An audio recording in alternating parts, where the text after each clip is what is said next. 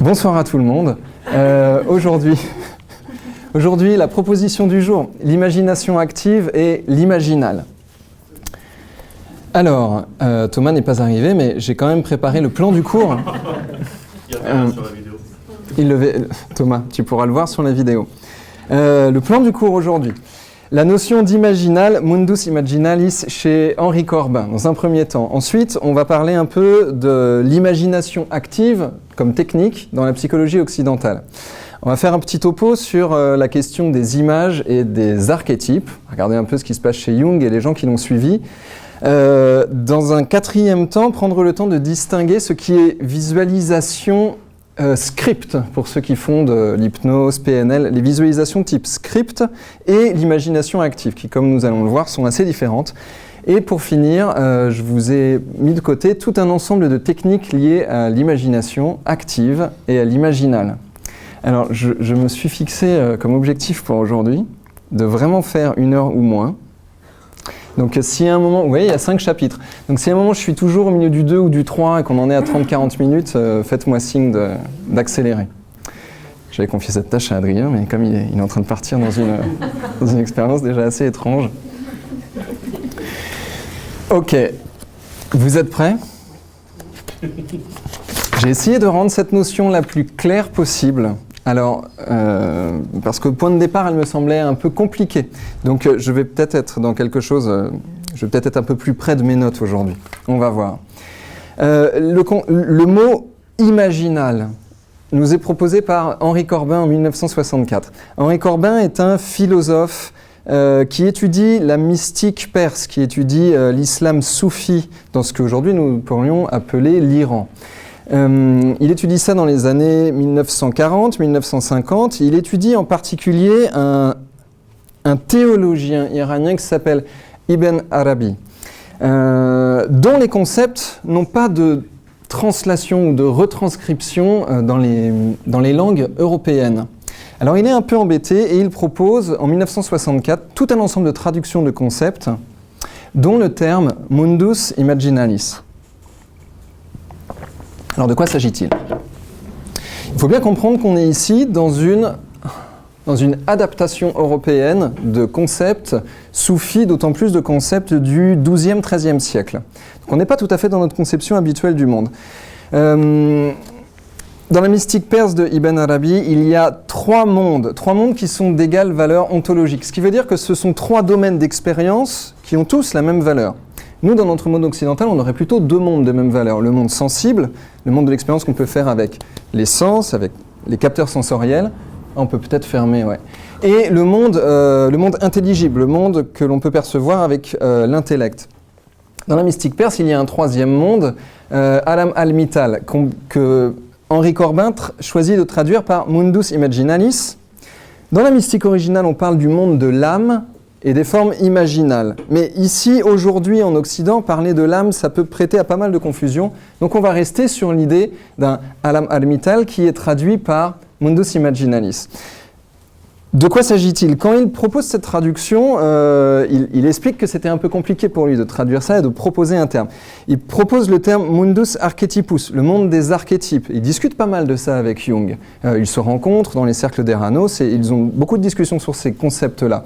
Et il revient aussi à l'idée de la théorie des formes et des idées chez Platon, qui serait... Mais je vais bien me garder de développer ça à cette heure-ci. Je peux vous renvoyer directement aux écrits de Platon qui sont assez intéressants, ces termes-là.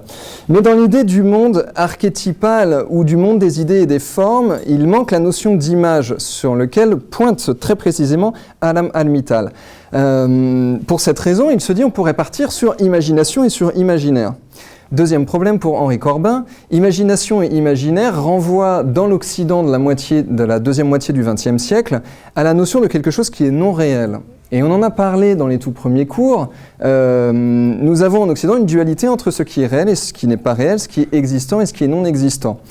Or, dans la mystique perse d'origine, le mundus imaginalis, le monde de l'imaginal, n'est en rien quelque chose qui serait non réel ou non existant. Vous me suivez toujours ?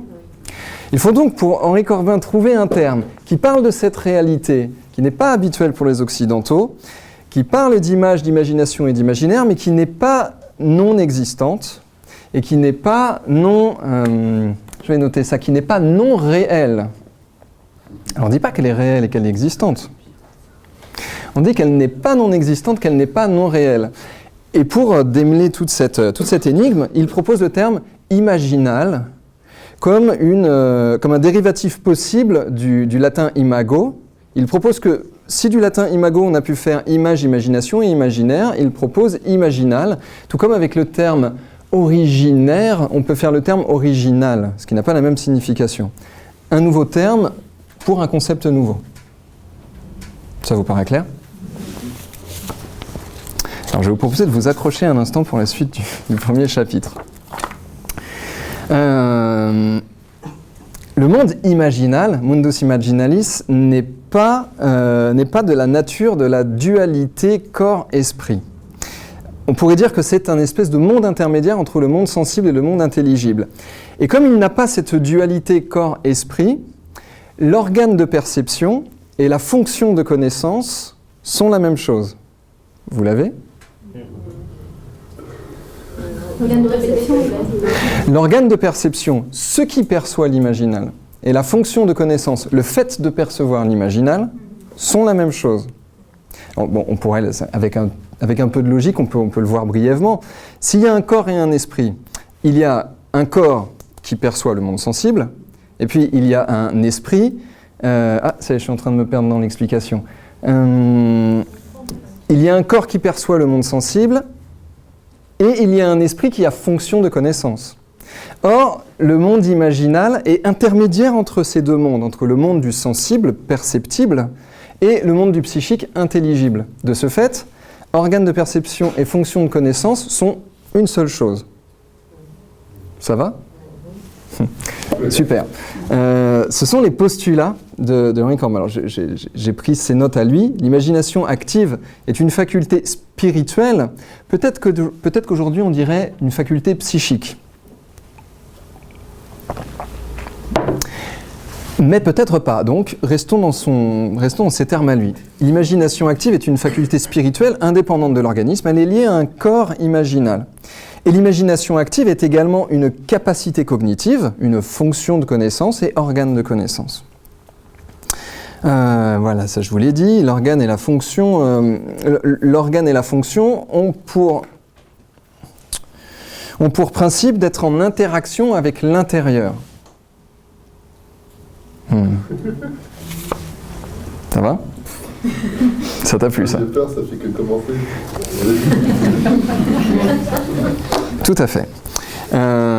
Normalement, ça se simplifie après. L'imagination active est l'organe et la fonction du mundus imaginalis. En gros, on a un monde qui est intermédiaire entre sensible et intelligible. Ce monde, on pourrait l'appeler mundus imaginalis, le monde de l'imaginal, ou on pourrait l'appeler l'imaginal. Et l'imagination active est l'organe de connaissance et la fonction de connaissance de ce monde imaginal. Ça serait un lion, quoi. Ce serait un liant. Pourquoi pas ? Regardez un tout petit peu au détail. L'imagination... Ah bah oui, mais je ne vous ai pas mis... Mais c'est quoi l'imagination passive alors, par exemple ? Eh ben, on va y venir justement. Mais je pense que ta question est très juste. C'est qu'il s'agit de quelque chose, pour l'instant, nous parlons de quelque chose qui n'est pas l'imagination passive. En gros, qui n'est pas la rêverie. Et là, en fait, je vais répondre à ta question parce qu'elle est très juste. Là, en fait, on a des problèmes de vocabulaire moderne. Par exemple, il y a quelques siècles, on avait le terme, par exemple, chez Paracels, on a les termes imaginatio vera, l'imagination vraie, et fantasia, la fantaisie. Or, aujourd'hui, cette idée de fantasia, rêverie, fantaisie n'est plus présente dans nos vocabulaires. Et nous avons remplacé ce concept-là par imagination. Ce qui fait que le terme d'origine, imaginatio vera, opposé à fantasia, qui lui parlait d'une imagination active dont nous sommes en train de parler et qui est encore un peu mystérieuse, ce terme-là n'existe plus car le mot imagination a été remplacé par l'idée de fantaisie, rêverie, de quelque chose qui, en effet, est du domaine de l'imaginaire. Ça répond à ta question ? Super. Alors, regardons au détail. L'imagination active perçoit des symboles. On a bien une fonction de connaissance. Et l'imagination active produit des symboles. C'est là qu'on voit que la connaissance marche à double sens. Elle perçoit des symboles et elle produit des symboles. Alors on voit bien là qu'elle ne va pas produire des symboles dans le monde sensible. Ou alors on serait des grands magiciens et on ferait apparaître des lapins depuis un chapeau. Mais là, ce n'est pas le propos. Elle produit des symboles où ça, et bien dans le monde imaginal. Donc pour résumer, on peut dire que l'imagination active permet de percevoir le monde imaginal et le contenu imaginal. Et l'imagination active permet d'agir sur l'imaginal et le monde imaginal. Alors pour ceux par exemple qui font de la PNL et qui se servent de techniques qu'on appelle des sous-modalités, je ne vais pas dire qu'on est exactement au même endroit, mais on est dans le même type de technique. Ça vous parle ? Super. Et voilà, j'ai fini pour le Mundus Imaginalis. Ok. Ça passe mieux que ce que je craignais en fait. Ça à chaque fois. C'est vrai ? On pourrait faire une sélection des moments où je dis ça. Et, On a les vidéos si tu veux. Non, c'est un mix avec ça. Moi j'ai bien aimé le ISS, donc c'est l'organe et la fonction et ça passe. Ils ne sont pas conscients, tu sais, pour reprendre des termes dépassés. Oui, tu as entendu un gros mot là. Alors, deuxième proposition. Le statut de ce qu'on appelle l'imagination active dans la psychologie occidentale. Jung, à la base, proposait l'idée d'une fonction transcendantale, je crois, quelque chose comme ça, c'est ça, le principe d'une fonction transcendantale. Qui transcende quoi ? Eh bien, encore faut-il aller lire les idées de Jung, surtout ses premières idées. Et une vingtaine d'années plus tard, il transforme cette idée de fonction pour la remplacer par l'idée de technique. Et ces techniques, il les nomme imagination active. On est ici en 1935. Jung propose l'idée d'imagination active. Henri Corbin n'a pas encore étudié Ibn Arabi et n'a pas encore proposé ces termes-là. Donc on peut comprendre qu'au moment où Henri Corbin choisit d'utiliser les termes imagination, au moment où Jung choisit d'utiliser imagination active, c'est avant Corbin. Au moment où Corbin choisit de dire que l'imagination active est fonction et organe de l'imaginal, c'est après avoir eu connaissance des travaux de Jung. Je me suis embourbé là ? Oui. Oui ? Tu veux que je la refasse ? Non, c'est bon. Non. Je croyais que tu me disais c'est bon. C'est bon. Ok. Donc c'est bon. Et l'imagination active va devenir une des techniques principales de Jung. Alors, mais ce qui aurait été bien, c'est que j'explique ce que c'est. Imagination active, je le note comme j'ai trouvé dans son travail, si on la résume, fixation de l'attention, évolution libre de l'imaginaire et interaction entre le sujet et son propre imaginaire. S'il y en a qui font de, je ne vais pas dire PNL à chaque fois, s'il y en a qui font de la sophrologie par exemple, ça pourrait rappeler 2-3 trucs qu'on utilise tous les jours en sophrologie. Et il y a d'autres possibilités, il y a d'autres techniques qui sont de même nature. Alors je vais vous en citer quelques-unes. Par exemple, Robert de Soil, en 1938, il propose la méthode du rêve éveillé dirigé. On connaît souvent le travail de Jung, mais celui de de Soil beaucoup moins. Merci. Je vous ai mis en gras des mots qui me semblent être des mots-clés sur toute la confusion possible dans ce sujet. De Soil décrit que le rêve éveillé, en l'occurrence dirigé, est un état intermédiaire entre veille et sommeil, entre monde physiologique et monde psychique. Mais de Soil n'a pas lu Ibn Arabi, et Henri Corbin n'a encore rien écrit. Pourtant, il parle bien de la même chose. De Soil décrit tout ça par son expérience directe. Et il le décrit à la fois comme un état intermédiaire entre physiologique et psychologique, entre veille et rêve, et à la fois comme un lieu d'accumulation. Accumulation de quoi ? Eh bien, accumulation des émotions, des réactions, des situations, des expériences, des comportements, je l'ai oublié, et des conditionnements. Ce qui nous renvoie à quelque chose qu'on a vu dans une troisième philosophie, ni soufie ni occidentale, qui est la philosophie Mahayana, qui parle d'un alaya vijnana, qui est un réservoir de contenants d'expériences, où là aussi on voyait une accumulation d'émotions, de réactions, de situations, d'expériences et de conditionnements. Et de Soil n'a pas non plus lu sur le Mahayana. Donc je trouvais ça intéressant de voir que...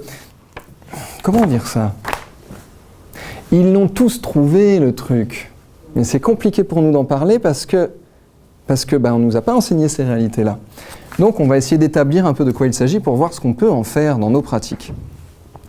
Pour De Soil, et je finirai sur ça pour son travail, il indique que l'entrée vers nos aspects inconscients par une porte d'entrée symbolique, eh bien c'est ça la clé, c'est ça pour lui le facteur déterminant pour une psychothérapie, c'est-à-dire pour soulager les gens de leur souffrance et de leurs difficultés au niveau émotionnel et psychique.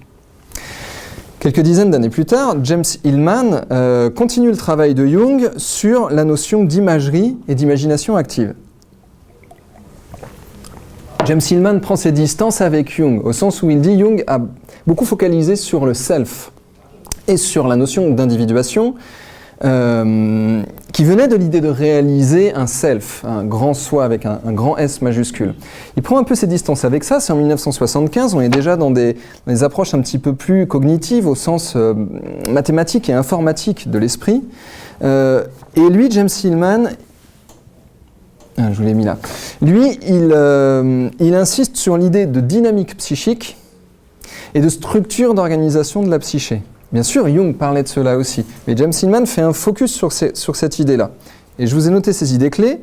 Les structures basiques de la psyché s'expriment en termes d'images qu'il s'agit d'explorer et de mettre en mouvement, et non pas d'expliquer. Pourquoi non pas d'expliquer ? Parce que en 1975, au moment où Hillman écrit ça, c'est Revisioning Psychology, Revisioning Psychothérapie, je crois. Il y avait encore une grande tentation d'expliquer les symboles des rêves, d'expliquer les symboles de l'imagination active, d'expliquer la psyché. Et Hillman dit non, en fait, le truc, c'est pas de l'expliquer, c'est de s'en servir comme d'une matière et d'un langage. Deuxième idée de James Hillman, la source de la connaissance est un monde d'images où réside le moi. Et, je ne l'ai pas noté ici, et il dit le moi existe au sein d'un monde d'images. Et ce n'est pas un monde d'images qui existe à l'intérieur de moi. Et ça fait une sacrée différence. Et là, encore une fois, on retrouve l'influence de Corbin, mais on retrouve l'influence de bien d'autres personnes. Si vous vous intéressez à son travail, vous verrez, il cite ses sources et il y en a une longue liste. Dans les années 80, Mary Watkins développe elle aussi le travail de Jung. Elle rencontre James Hillman qui l'initie aux idées de Henri Corbin. Et elle se dit, c'est bien le travail de Hillman, mais l'idée de l'imaginal en tant que mundus imaginalis et l'idée du terme imaginal sont plus précises que le travail de Hillman. Elle ne le dit pas exactement comme ça, c'est pour ça que je bloque, mais c'est l'idée générale. Elle reprend l'idée notamment que l'imaginal est un moyen d'accès. Un moyen d'accès à quoi ? Eh bien, a priori au monde imaginal. Un moyen d'accès par l'imagination active. Et elle propose un pont avec tout ce que nous avons vu dans la première partie de l'année, avec les approches dialogiques, pour proposer les dialogues imaginaux. Et arrivé ici, à ce point du cours, on a déjà bien avancé, je crois. Parce que si je vous avais dit début octobre, Mary Watkins propose un pont entre l'imaginal et les approches dialogiques pour faire des dialogues imaginaux, voilà. Intéressant aussi, et en ça elle est très fidèle aux idées de Henri Corbin, elle indique que l'imaginal n'est pas accessible par l'intellect. C'est-à-dire que quand on met en lien, imaginal et intellect, l'imaginal ne réagit pas. Il me semblait avoir mis un exemple à ça, mais il n'y est pas. Bien tant pis, on verra pour les exemples ultérieurs. Si on met en lien l'imaginal, si on met en lien l'intellect avec une forme imaginale, prenons un exemple. Une analyse de rêve, par exemple. Cette nuit, par exemple, j'ai rêvé que je volais. Et je pourrais, avec l'intellect, essayer d'aborder cette notion-là. Alors, je vais tomber sur des questions intellectuelles. Qu'est-ce que ça signifie pour moi ?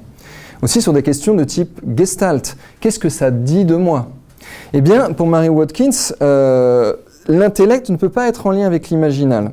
Si je veux savoir quelque chose de cette expérience de rêve dans laquelle je volais, ce que Mary Watkins m'invitera à faire, c'est de me remettre dans l'expérience où je vole et de retourner dans ce vol pour voir la suite de l'histoire. Et non pas, comme le proposait aussi James Hillman, et non pas d'analyser le contenu. Toujours clair ? Cool. De ce point de vue, pour Mary Watkins, les images, le contenu, les images de l'imagination active, la fonction, sont le langage de l'imaginal. Alors, il y a des Dans certaines écoles, hypnose et PNL, on parle de ces choses-là. On dit par exemple les sous-modalités sont le langage de l'inconscient.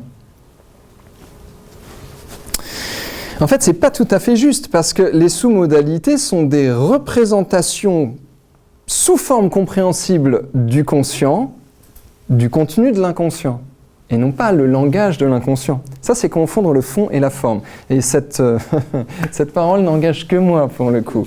Ce n'est pas une position officielle.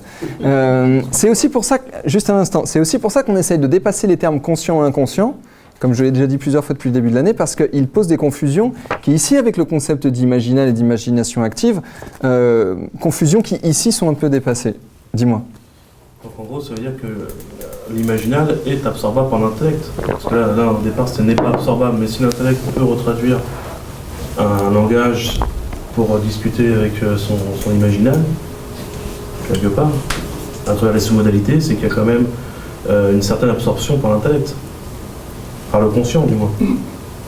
Mais du mécanisme, pas du feu. Alors, ok. De leur point de vue, non. Parce qu'ils proposent une séparation. Nous, quand je dis nous, je veux dire nous, occidentaux, modernes du XXe siècle, disons, vu cette salle, disons à peu près de 20 ans à 60 ans, à peu près. Nous avons rangé dans la catégorie psychique l'intellect, faculté d'analyse, et l'imaginaire, comme non existant, fantaisiste, fantasque, inintéressant. Nous vivons dans une réalité comme ça, où on a le monde sensible, perceptible, et le monde non sensible, toutes les facultés cognitives, nous pourrions dire. C'est encore comme ça que c'est présenté dans... Bref, c'est encore comme ça que c'est présenté aujourd'hui. Point. Sensible, cognitif. Or, dans la présentation que nous faisons ici, qui n'est qu'une représentation du monde, on ne dit pas que c'est vrai, on fait une distinction en 3 catégories. L'intellect serait donc la faculté conceptuelle et analytique, l'imaginal serait la faculté d'entrer en interaction avec quelque chose qui est intermédiaire entre l'intellect et le sensible serait tout ce qui est fait pour être perçu par les capteurs sensoriels. Ça répond ? Oh. Ok. Eh bien, continuons. Nous sommes toujours dans le chapitre... l'imagination active dans la psychologie occidentale. Pour Robert Johnson, dans les années 80, Johnson est un continueur du travail de Jung. Lui, Johnson propose de refaire le pont entre imagination active et l'activité du rêve. Pour lui, toute imagination est une représentation de contenu inconscient. Imagination active, imaginale et aussi le rêve. Et pour lui, les deux sont de même nature. Pour lui, la fonction de l'imagination active, c'est de faire venir des matériaux depuis l'inconscient, de leur mettre une image et de les transmettre à l'esprit conscient, ce qui rejoint ce que tu étais en train de proposer. Et on voit bien que dans ce cadre-là, Johnson est dans une approche plus cognitive opposée au sensible, où l'imagination active serait une fonction de traduction de l'imaginal vers le connaissable ou vers l'intelligible. Des points de vue différents les uns des autres qui sont intéressants. Et c'est là que je me rends compte que j'ai oublié quelque chose au tout début du cours. Je vais le faire maintenant. Ah, c'est pour ça que vous ne comprenez pas. Merci. Je voulais commencer ce cours en remerciant chaudement Olivier Chambon, qui, il y a quelques mois, quand j'ai commencé à préparer le plan général du cours, on a discuté par Skype, et il m'a donné tout un ensemble de lectures en me disant « tes idées, c'est cool, intéressant, je viendrai à votre cours pour donner mon point de vue, et tu pourrais lire ça, et aussi mon bouquin, psychothérapie et chamanisme. » Et merci beaucoup Olivier, parce qu'il y a quand même une bonne partie de ce que je suis en train de vous dire dans ce cours qui vient du travail d'Olivier Chambon. J'aurais préféré le dire au tout début, mais voilà. Alors, le point de vue d'Olivier Chambon lui-même, c'est que l'imagination active et le monde imaginal sont en lien direct avec les techniques du chamanisme. Et c'est pour ça que j'ai construit le cours dans cette progression-là, de vous présenter, il y a 2 semaines, ce que pourrait être une phénoménologie du chamanisme, Vous avez dû voir, j'ai corrigé le titre. J'avais mis phénoménologie du chamanisme. Après les échanges avec vous tous, surtout à la fin du cours, je me suis dit, en effet, c'était un petit peu trash, on va dire. Donc, il y a 2 semaines, une phénoménologie du chamanisme, et pour faire le lien avec ce qu'on peut présenter aujourd'hui comme étant le monde de l'imaginal. Pour Olivier Chambon, l'imagination active fusionne 2 niveaux de conscience, l'état de conscience ordinaire et l'état de conscience du rêve. Pour rappel, ce qu'on a vu il y a 2 semaines, c'est qu'il existerait un double état de conscience activable, non pas comme un changement d'état de conscience, mais comme un dédoublement d'état de conscience. Dans la nomenclature de Michael Harner, il s'agit de l'état de conscience ordinaire qui se dédouble et se superpose à un état de conscience chamanique. Eh bien, je pense pouvoir faire le raccourci et il viendra nous dire s'il n'est pas d'accord. Je pense que pour Olivier Chambon, il s'agit strictement de la même chose.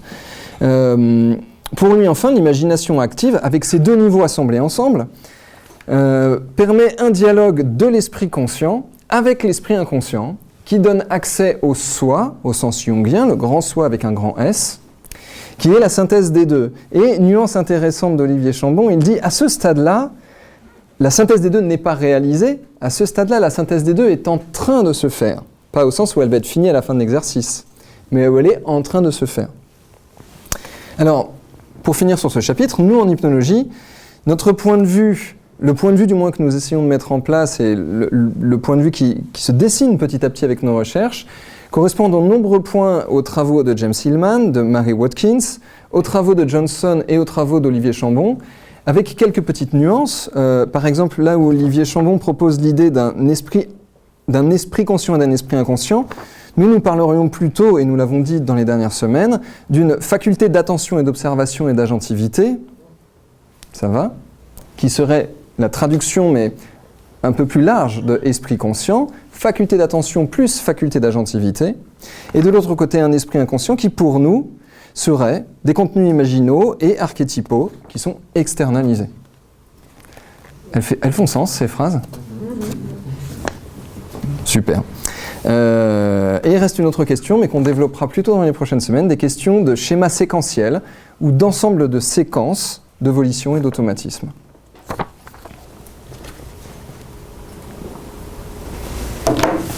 Je crois qu'on va pouvoir tenir le timing aujourd'hui. Ça va jusqu'ici ?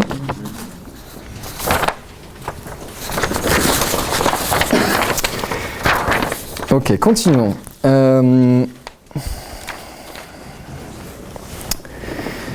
Maintenant, pour revenir sur l'idée des images et des archétypes. Alors, j'ai recensé 4 types d'images.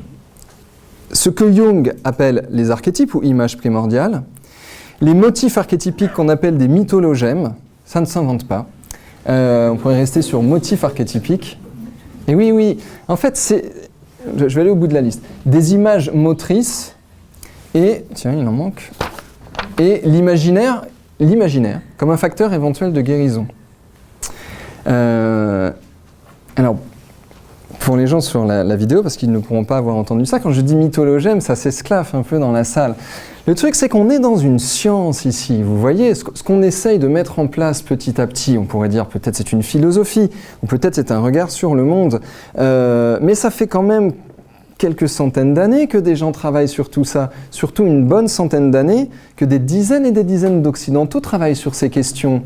Comment est-ce que ça fonctionne l'esprit ? Comment est-ce que ça bouge ? Comment est-ce que ça se fige ? Comment ça se fait que c'est dialogique ? Comment ça se fait qu'il y a des images qui sont en mouvement à l'intérieur et des fois qui s'arrêtent ? Comment ça se fait qu'on peut parler avec des représentations de soi-même ? Et c'est ça qu'on essaye de mettre en lien et en lumière dans l'hypnologie. Donc, j'en suis un peu désolé, mais soit on fait des phrases extrêmement longues et extrêmement compliquées, soit on prend des concepts, on leur met un terme, et là on peut faire des phrases un peu plus courtes pour essayer de s'expliquer. Un peu comme on le disait tout à l'heure, en souriant, quoi, comme quand Mary Watkins propose l'idée d'une dialogie imaginale, eh bien en ayant passé quelques semaines sur l'idée d'un esprit dialogique, on peut mieux comprendre de quoi il s'agit de manière assez rapide. Donc, ouais, il y a des mythologèmes. Alors voyons voir de quoi il s'agit. Tout d'abord, première catégorie, les archétypes. À la base, quand Jung a commencé à découvrir toute cette possibilité de l'esprit, il les a appelés des images primordiales. Et ensuite, il s'est rendu compte que s'il y a quelque chose qui clochait dans ce concept-là, il les a appelés archétypes. À mon point de vue, et ça n'engage que moi pour le coup, ah non, à notre point de vue dans l'équipe hypnologie, il y a peut-être une petite confusion dans cette idée-là parce qu'on pourrait quand même distinguer deux niveaux. Il y a les archétypes eux-mêmes qui sont des structures fonctionnelles du psychisme, des structures à l'intérieur de l'esprit, et il y a les images archétypales qui sont des formes sensibles que revêtent ces structures. Je n'ai pas mis d'exemple.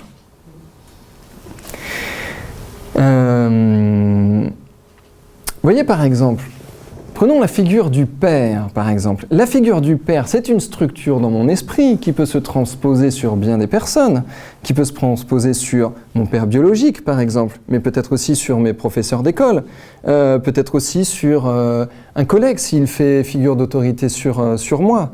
Du moins si dans mon idée la figure du père est en lien avec l'autorité. La figure du père peut se transposer dans bien des figures, mais en dessous de toutes ces images, il y a une structure psychique sous-jacente. On pourrait dire qu'il y a comme un programme psychique sous-jacent. Vous avez le truc ? Ok. Je l'ai écrit un peu plus loin. L'analogie qu'on pourrait faire, ce serait comme un programme informatique et la représentation visuelle de ce programme informatique sur un écran. Quand on est en train d'agir sur un programme informatique, par exemple de taper une ligne de code pour ceux qui sont informaticiens ou de taper du texte sur un logiciel Word, je ne suis pas en train de changer l'écran, je suis en train de changer quelque chose qui est en dessous de cette surface de représentation. Vous voyez ? Si on suit cette analogie jusqu'au bout, mais je pense que vous l'avez compris, l'écran c'est l'image archétypale, la forme sensible que ça prend. Le programme informatique, c'est l'archétype lui-même. Et c'est peut-être un point qui, parfois, est mal compris, où les gens disent « Ah oui, par exemple, la Vierge Marie, cet archétype. » Pourquoi pas ? C'est un raccourci que Jung a choisi de faire. On a le droit de le faire aussi. Mais dans ce cas-là, on va croire que la Vierge Marie est l'archétype lui-même. Or, déjà, pour les croyants, aller leur dire que la Vierge Marie est un archétype, je pense que ça pourrait être très, très maladroit, parce que c'est sûrement bien plus que ça pour eux. Par-dessus cette réalité-là, il y a la forme générique que ça peut prendre, où certains, dans les études comparées de la mythologie, pourront nous dire par exemple la Vierge Marie et Fatima et Tara Blanche, c'est le même archétype. Si on dit cela, ce sont des formes archétypales de nature différentes qui retranscrivent le même archétype. Ça va ? Je l'ai mieux expliqué que ce que j'ai écrit là, en fait, je crois. Bon, voilà. Voilà pour les images primordiales ou archétypes eux-mêmes.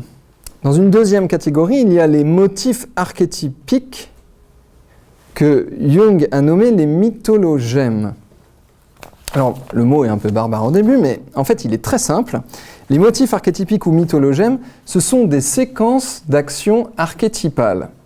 Et là, je vous ai mis un exemple. Par exemple, un prince tue un dragon pour pénétrer un château. Ça vous parle, cette histoire ? Ça parle à tout le monde, cette histoire. Eh bien ici, il y a 3 archétypes. Il y a le prince, il y a le dragon, et il y a le château. Mais le fait que le prince tue le dragon pour pénétrer dans un château, ça c'est un motif archétypique ou un mythologème. Schéma d'action qui met en jeu des archétypes pour leur faire un schéma d'action et les amener à une action particulière.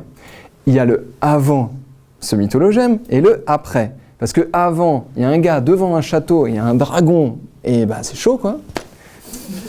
Ah, ça vous a fait rire. C'est chaud un dragon. Vous voyez le truc ?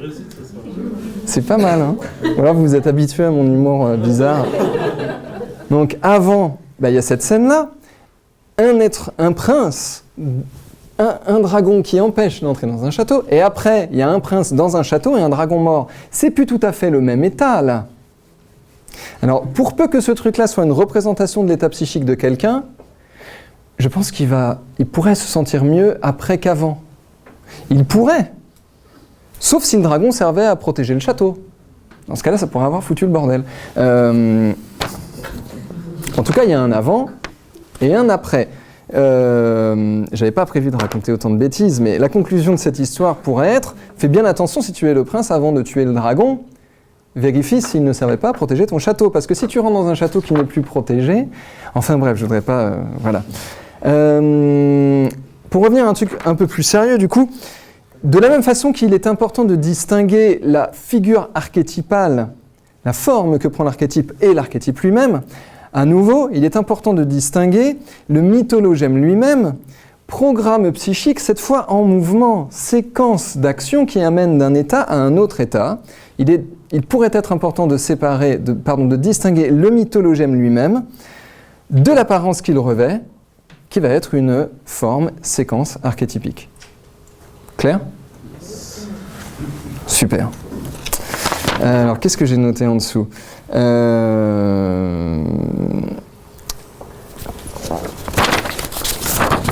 y a un travail il y a un travail très intéressant sur le sujet de... C'est bon, tu parles de toi et t'entends. Il est 20h12. Il est 20h12. On reste 26 minutes, je pense. Merci Adrien. Il y a un travail intéressant de Kerenyi et Jung qui s'appelle « Introduction à l'essence de la mythologie », qui explique bien ces questions-là.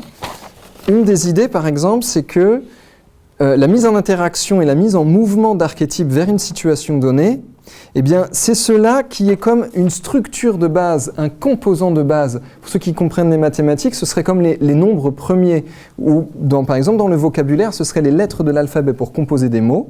Des composants de base, eh bien, composants de base de quoi ? Des mythes, des contes, des mythologies, mais aussi, et c'est là que c'est plus intéressant, ce sont les composants de base des interprétations structurelles que nous faisons de nos vies.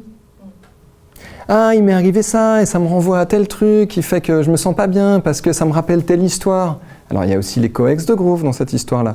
Mais je vais vous laisser faire tous les liens possibles, parce que, pour moi, sur ce cours, on arrive à la clé de la porte. Voilà. C'était une blague aussi. Ok pour les mythologèmes. Ensuite, il y a des images motrices. C'est chez De Swal que j'ai retrouvé cette idée-là. Voilà. De Swal montre qu'il y a une autre catégorie qui sont des images motrices. Alors, les images motrices incluent qu'il y a un double imaginal de notre propre corps dans l'imaginal. Très simple, hein, c'est ce qui vous arrive la nuit quand vous rêvez. Hein. Aussi simple que ça. C'est pas votre corps. Par exemple, cette nuit, j'ai rêvé que je volais. Mon vrai. Mon corps physique, lui, ne bougeait pas. Enfin, je crois.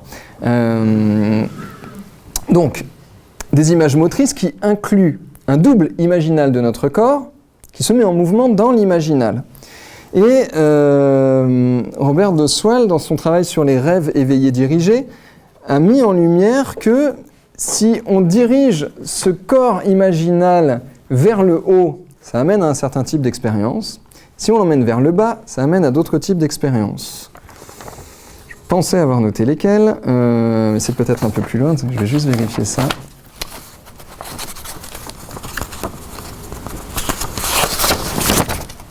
Ah oui, c'est plus loin. Eh bien, vous verrez lesquels dans quelques instants. Un déplacement vertical. Et on retrouve des techniques d'imagination motrice verticale dans bien d'autres pratiques. Je vous en donne une petite liste. Hein. Les pratiques chamaniques, monde d'en bas, monde du haut. Les pratiques d'expérience hors du corps ou voyage astral. Pour ça, je vous renvoie au travail de Monroe. Les pratiques dites de sorcellerie dans le monde médiéval, je le redis encore une fois aujourd'hui, quand on dit sorcellerie, on ne parle pas de trucs effrayants, négatifs, de pouvoir, etc. On parle plutôt de techniques imaginales de guérison. Par exemple, vous connaissez l'histoire du vol magique sur un balai, ou le fait de descendre au sabbat. On voit aussi des corrélats avec les expériences dites de mort imminente, où il y a toujours le thème de l'ascension, et d'autres techniques. Des imaginations motrices, notamment verticales, et on y reviendra un peu après. Et enfin, une dernière catégorie dans les images et archétypes, le travail de Jeanne Achterberg en 1985. Alors, Jeanne Achterberg, elle a fait un travail qui montre que mettre en action Ouais, se mettre en lien avec des images archétypales, donc se mettre en lien avec l'imaginal et mettre en action l'imaginal, eh bien ça a un impact sur le corps, sur les tissus biologiques, les cellules, les organes, toutes ces choses-là, ce qui pourrait être quand même assez intéressant au final comme histoire. Elle distingue deux types d'images. Les images préorales, qui pour elle sont des images antérieures au langage. On pourrait faire ici un pont avec le travail de Freud sur le préconscient qui est avant le conscient, vous pouvez vérifier son travail, qui communique avec les tissus biologiques, les organes et les cellules et permettent d'opérer une transformation. Et ces images préorales peuvent être délibérées, donc volontaires ou automatiques. Et un deuxième type d'image qu'elle appelle transpersonnelle, où là on est dans des histoires, mais ça concerne moins notre cours de cette année, des histoires de transmission d'informations du psychisme d'un individu au psychisme d'un autre individu. Et elle précise, aucun cadre scientifique n'existe pour étudier des images transpersonnelles. Donc, mettons-le de côté pour l'instant.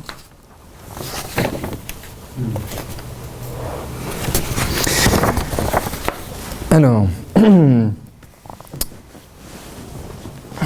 distinction intéressante à faire, maintenant qu'on a dit tout ça, entre les visualisations en script qu'on peut retrouver dans diverses pratiques, je mets encore en lien hypnose, PNL, sophrologie, c'est un peu mon générique, mais voilà, si vous pratiquez d'autres choses, vous voyez un peu, c'est dans cette grande famille de pratiques.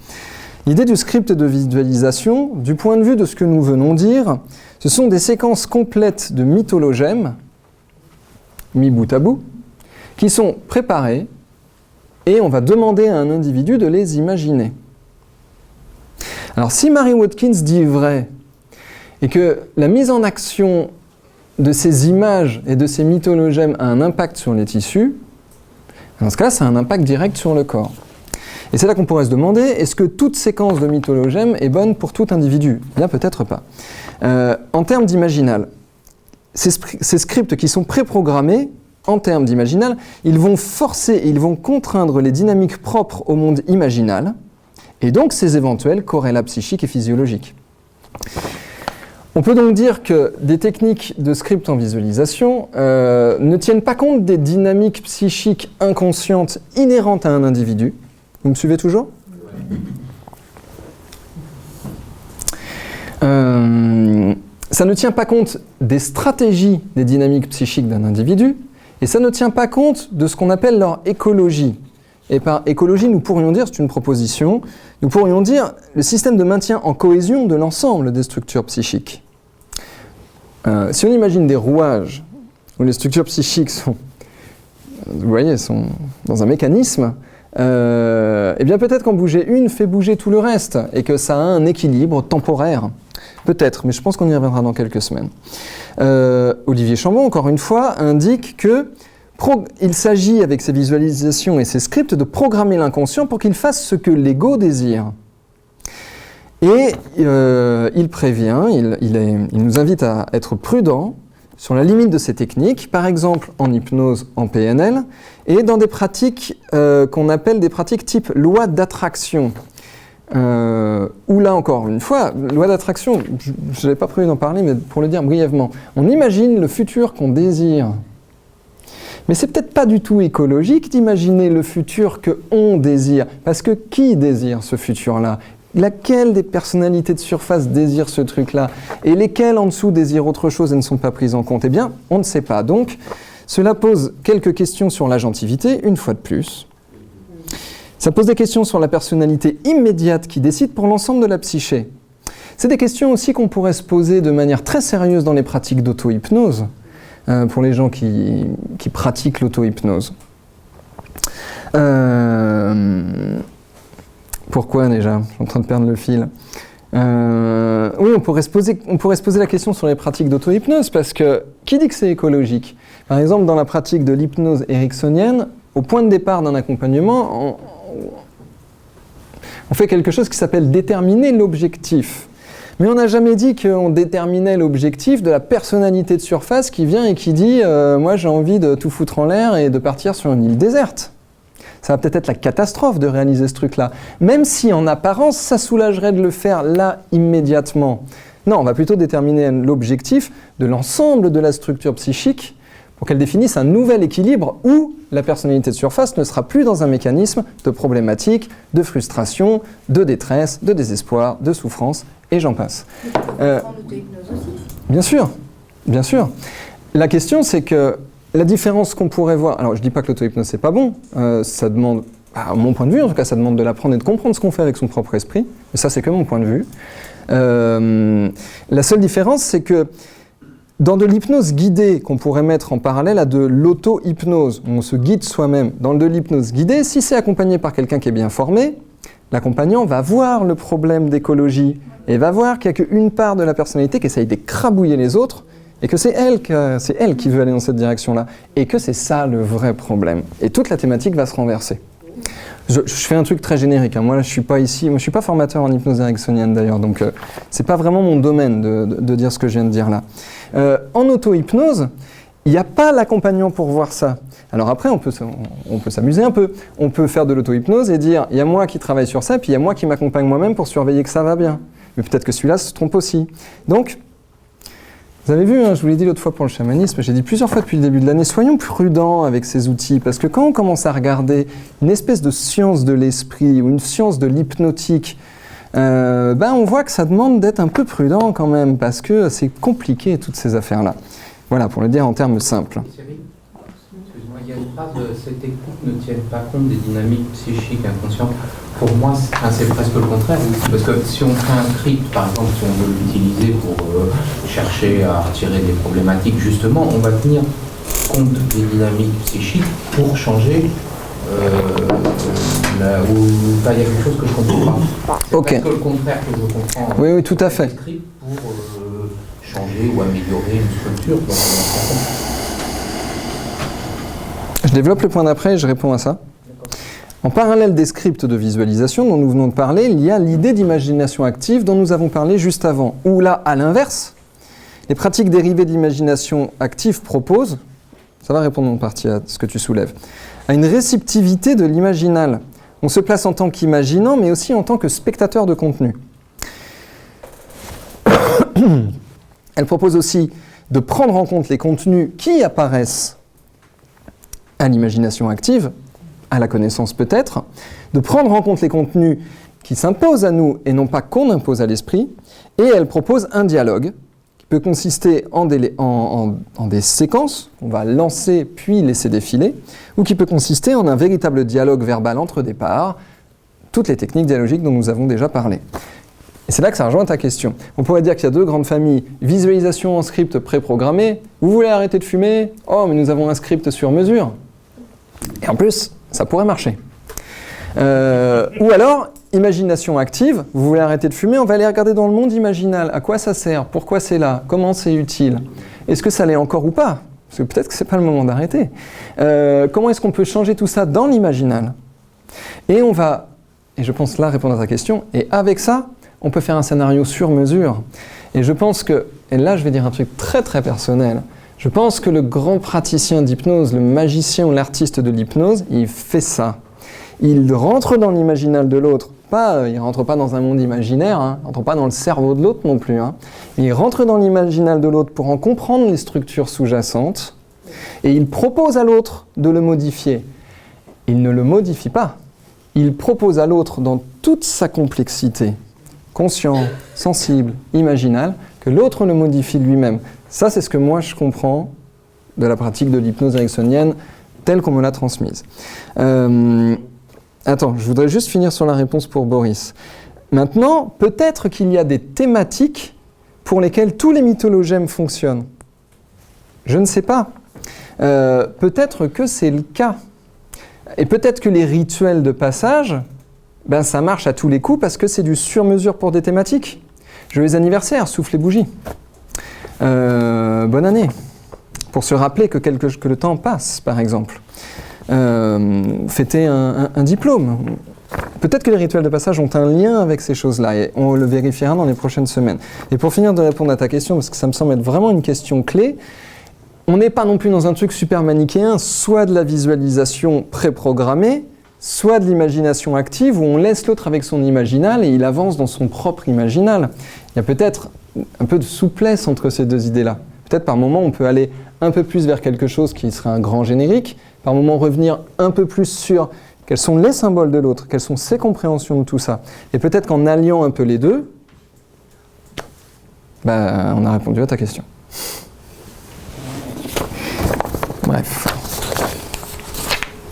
Tu voulais dire un truc, Grégory ? Non, t'as répondu aussi à la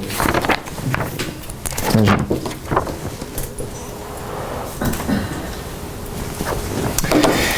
Quelques techniques. Je vous en ai mis toute une liste. Je ne vais pas toutes les dire. Encore une fois, pour cette liste, combien il y en a ? 3, 4, 5, 6, 7, 8, 9, 10. Je vous ai mis 10 techniques dans cette liste. Et il y en a 6 ou 7 que j'ai repris à l'ouvrage d'Olivier Chambon, Psychothérapie et chamanisme, chapitre 7, page 191. Ça, c'était... C'est vraiment bizarre, cette affaire. Hein, ça vous fait pas rire du tout. Il y a un moment où je me dis, là, ça va être une connerie. Dès que je trouve peut-être un signe ou un truc comme ça, je ne sais pas. On ne connaît pas le nombre de pages. On est plutôt canard aussi. Un signal lumineux, peut-être. En tout cas, voilà, il y a de nombreuses techniques parmi celles que j'ai recensées ici qui viennent de l'ouvrage d'Olivier Chambon, qui, en plus, les détaille bien plus que ce que j'ai mis sur ce document pour vous, sur celui-là, sur le PDF pour nos amis qui regardent sur Internet. Alors, pour faire un peu rapidement, les techniques d'imagination active chez Jung, je vous lis le générique, hein, fixer l'attention, focaliser sur des aspects de l'inconscient, alors inconscient au sens jungien pour le coup, laisser ces aspects se déployer librement, demeurer actif et réceptif. Ce sont les grandes lignes de l'imagination active chez Jung. Robert Johnson précise, petit 1, inviter des aspects inconscients. Deuxième étape, dialoguer avec eux et expérimenter. Ça rappelle quelque chose qu'on a vu pendant l'automne dernier. Troisième aspect, rajouter toute la dimension éthique et les valeurs personnelles. Quatrième aspect, symboliser le travail effectué par un acte ritualisé. Alors, je ne sais pas pour ceux qui ont étudié Erickson ici, moi ça me rappelle 2-3 trucs de ce que faisait Erickson, cette histoire-là. Cela dit, Johnson, c'est dans les années 80, il s'est peut-être aussi inspiré d'Erickson, ça je ne sais pas. Le rêve éveillé dirigé chez De Swal, et j'avais dit tout à l'heure qu'on reparlerait de cette histoire de image motrice. Le rêve éveillé dirigé chez De Swal. Première étape, imagination active, notamment avec ascension ou descente. Deuxième étape, des séquences d'activation du rêve éveillé par symbole, c'est-à-dire que des symboles vont activer le rêve éveillé. Troisième étape, une autonomie du déroulement imaginal, avec une attention consciente. Ça peut nous renvoyer nos questions d'agentivité. Le point clé ici, c'est autonomie du déroulement. Autrement dit, laisse-le se dérouler, ton truc imaginaire, imagination, imaginale, et n'interfère pas. Et puis, quatrième étape pour De Swal, réintégration du contenu expérimenté. Alors, dans toutes les thématiques d'ascension, et De Swal propose des symboles pour pouvoir faire cette ascension, dans toutes les thématiques d'ascension, nous arrivons à des domaines spirituels, ce sont ses mots à lui, c'est le vocabulaire de 1938. Type Peak Experiences chez Maslow, dont on a déjà bien parlé. D'ailleurs, je ne l'ai pas écrit, Robert De Swal dit ces expériences-là, ça reste. Quand on expérimente ce truc-là, il y a quelque chose qui en reste, tellement c'est bouleversant. Maslow dit la même chose pour les Peak Experiences. Et on peut faire le lien avec les premières et quatrièmes matrices de Groth, pour ceux qui les ont regardées de plus près. Et dans les thématiques de descente, eh bien, pour De Swal, c'est un accès à l'inconscient freudien ou aux ombres jungiennes. À la différence de ce que nous avons vu il y a 2 semaines sur le chamanisme et le monde d'en bas, qui consistait non pas à aller affronter des ombres jungiennes et de l'inconscient freudien, mais à aller chercher des ressources pour les ramener dans son présent, à la différence du monde d'en bas chamanique, dans les idées de descente chez De Swal, il y a l'aspect d'aller se confronter et de combattre des constituants de l'inconscient freudien ou des ombres jungiennes. Aspects de combat et de réintégration qui ne sont pas sans rappeler les deuxième et troisième matrices chez Grof. Chez Leuner, on va passer. Chez Assagioli, passons. Et on va peut-être finir sur celle-là. Chez Louise, je ne sais pas comment ça se prononce, c'est un nom allemand. Louise Redman, je ne sais pas comment ça se dit. Ça, c'est très récent, 2007, son ouvrage. Je vous le lis comme je l'ai noté. Pour Madame Redman, l'impact du trauma, ah oui, c'est une psychanalyste spécialisée sur les traumatismes. L'impact du trauma se prolonge dans l'imagination, ou dans l'imaginal au sens de Corbin. Il se prolonge dans l'imagination sous la forme d'une figure intérieure. Au sens psychanalytique, ce sont des éléments qui sont introjectés au moment du trauma. Et c'est à ce niveau imaginal qu'il s'agit de neutraliser la figure d'agression ou la source du trauma, qui demeure actuellement vivante et agissante. Et c'est là que c'est vachement important de séparer de séparer intelligible, imaginal et sensible. Parce que dans le monde sensible, il n'existe plus l'agresseur. Vous êtes d'accord ? Je me suis fait agresser il y a 2 ans, on m'a tapé, on m'a volé mon sac et on m'a planté un coup de couteau. Mais ça n'existe plus. Pourtant, ça me hante au présent. Ça ne me hante pas au présent dans le conceptuel et dans l'analytique. Alors si c'est plus dans le monde sensible, et si c'est pas dans le conceptuel et dans l'analytique, mais où est-ce qu'il est le truc qui me tourmente au présent ?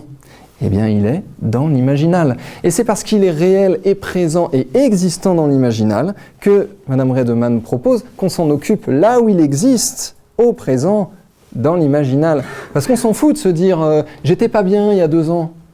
Parce que si juste derrière la phrase c'est « j'étais pas bien il y a 2 ans, mais aujourd'hui, je m'en fous, ça va bien », il n'y a pas de problème. Si on dit « j'étais pas bien il y a 2 ans » et ça va toujours pas, quoi, ça me hante la nuit, il y a des moments où j'ai des flashs, je me sens mal avec ce truc-là, là c'est quand même vachement emmerdant. Donc où est-ce que ça peut exister au présent ? Eh bien, dans l'imaginal. Alors, dans cette théorie, Madame Redman nous propose une séquence. Dans un premier temps, dans l'exemple par exemple d'un trauma lié à une agression par un agresseur, il y a d'autres traumas possibles.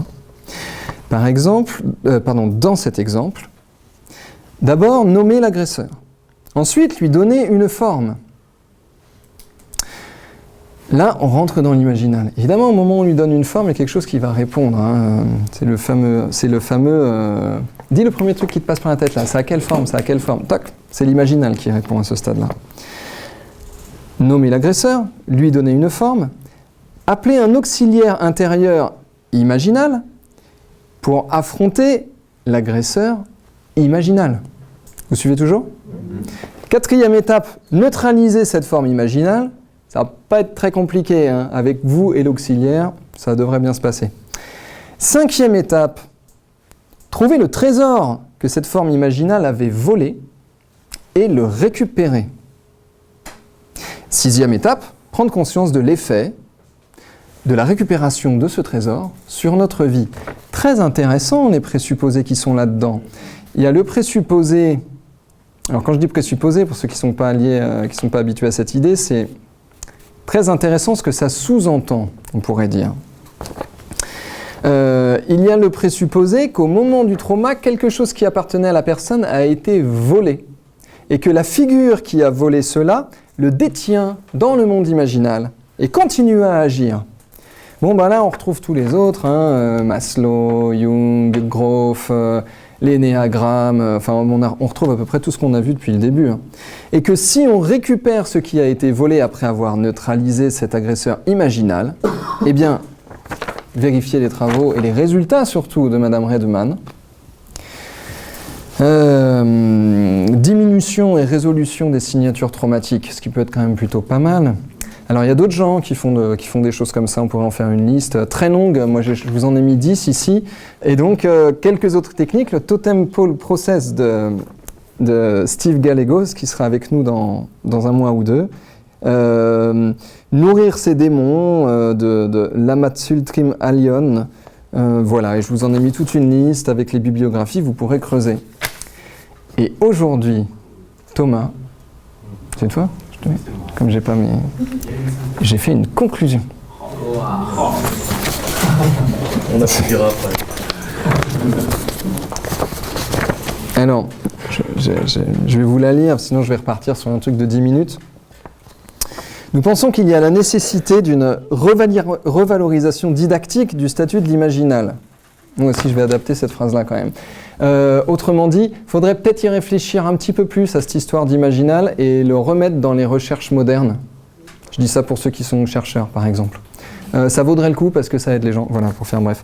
Dans les techniques d'hypnose, ça vaudrait le coup aussi de revaloriser un petit peu cette idée-là, de la clarifier, plutôt que de dire des phrases toutes faites comme c'est un dialogue entre le conscient et l'inconscient. C'est vrai. Mais c'est beaucoup plus complexe que ça. Et ça vaut le coup d'être étudié en détail, en fait. C'est un dialogue, mais comment, qui, quoi, où, pourquoi, ça marche comment? Comment est-ce qu'on fait pour des gens qui ne croient pas à ces histoires-là? On peut leur expliquer avec des concepts simples. Donc, le revaloriser dans la recherche, dans les techniques qu'il utilise de manière directe, hypnose, PNL, sophrologie, etc. Dans les techniques qu'il utilise de manière indirecte, les approches thérapeutiques, projectives, énergétiques, le coaching, les techniques psychocorporelles. Et puis pour finir,